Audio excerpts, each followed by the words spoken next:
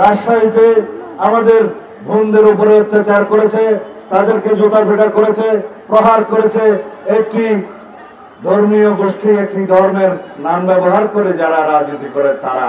আমি নাম না নিলেও পত্রিকার অন্তরে আপনারা অবশ্যই জানেন। শিক্ষায়, দীক্ষায়, কর্মসংস্থানে, নিরাপত্তায়, বাসস্থানে, সমাজে সর্বত্র নারীরা যাতে নিরাপদ থাকে, সেই জন্য আমরা আগামীতে ৩১ দফার ভিত্তিতে নারীদের ক্ষেত্রে সমস্ত কর্ম পরিকল্পনা আমরা প্রণয়ন করছি। সেই হিসাবে বাংলাদেশ হবে একটি অগ্রগতির চরম শিখরে ওঠা দেশ, যেখানে অংশগ্রহণ থাকবে নারী পুরুষের সমান। যাই হোক, আজকে আমরা প্রতিবাদ জানাচ্ছি। রাজশাহীতে আমাদের বোনদের উপরে অত্যাচার করেছে, তাদেরকে জুতা পেটা করেছে, প্রহার করেছে একটি ধর্মীয় গোষ্ঠী, একটি ধর্মের নাম ব্যবহার করে যারা রাজনীতি করে তারা। আমি নাম না নিলেও পত্রিকার অন্তরে আপনারা অবশ্যই জানেন। জাহাঙ্গীরনগর বিশ্ববিদ্যালয়ের একজন শিক্ষিকা, তিনি কথা বলার জন্য, টক শোতে কথা বলার জন্য তার বিরুদ্ধে মামলা দায়ের করা হয়েছে, যেহেতু তার কথা সেই ধর্মান্ধ গোষ্ঠীকে আহত করেছে। আমরা চাই বাংলাদেশে এমন একটি সমাজ বিরাজ করুক যেখানে আমরা সবাই সমান। এখানে ধর্মের ভিত্তিতে কোনো বিভাজন থাকবে না, এখানে জাতের ভিত্তিতে কোনো বিভাজন থাকবে না, এখানে ধর্ম, বর্ণ, গোষ্ঠী, সংস্কৃতি, ভাষাভাষী সকলেই মিলে আমরা বাংলাদেশী। সুতরাং আমরা সবাই বাংলাদেশের সংবিধান অনুসারে নাগরিক, সিটিজেন হিসেবে আমরা সকল ক্ষেত্রে সমান অধিকার ভোগ করব। এই জন্যই আমরা সংগ্রাম করেছি, এই জন্যই রক্ত দিয়েছি, এই জন্যই এদেশে মুক্তিযুদ্ধ হয়েছে, এই জন্যই স্বাধীনতা হয়েছে। সেজন্য গণতন্ত্র, স্বাধীনতা, সার্বভৌমত্ব মানে হচ্ছে সবার নাগরিক অধিকার নিশ্চিত করা। সিটিজেন হিসেবে যেন আমরা সকলেই সমান অধিকার ভোগ করতে পারি। এই ভূখণ্ডের মধ্যে আমরা যারাই বসবাস করি, আমাদের একটাই পরিচয় হবে, আমরা বাংলাদেশের নাগরিক। এখানে কেউ ধর্মীয় পরিচয়ে সংখ্যালঘু সংখ্যাগুরু থাকবো না, এখানে কোনো সংস্কৃতির ভিত্তিতে বিভাজন থাকবে না, এখানে কোনো ভাষাভাষী এবং বর্ণের ভিত্তিতে কোনো বিভাজন থাকবে না।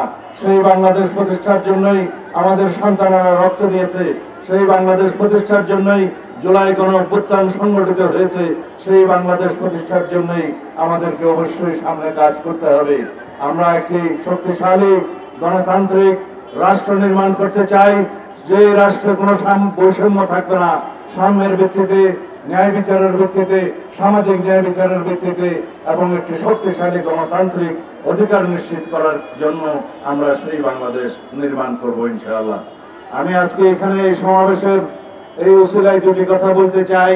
গতকালকে বাংলাদেশে একটি আদেশ জারি করা হয়েছে, রাষ্ট্রপতির আদেশ, এবং একই সাথে জুলাই জাতীয় সনদ সহ সেই আদেশের উপরে গণভোট অনুষ্ঠানের জন্য আহ্বান করা হয়েছে। আমরা আমাদের দলের পক্ষ থেকে বলেছি, জুলাই জাতীয় সনদ যেভাবে স্বাক্ষরিত হয়েছে সেটা আমরা প্রতিপালনে প্রতিশ্রুতিবদ্ধ, অঙ্গীকারাবদ্ধ।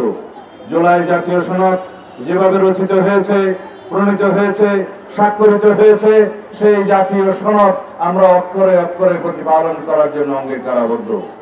এর বাইরে চাপিয়ে দেয়া, জবরদস্তিমূলক আর যে কোনো প্রস্তাব যদি দেয়া হয় সেটা জনগণ বিবেচনা করবে।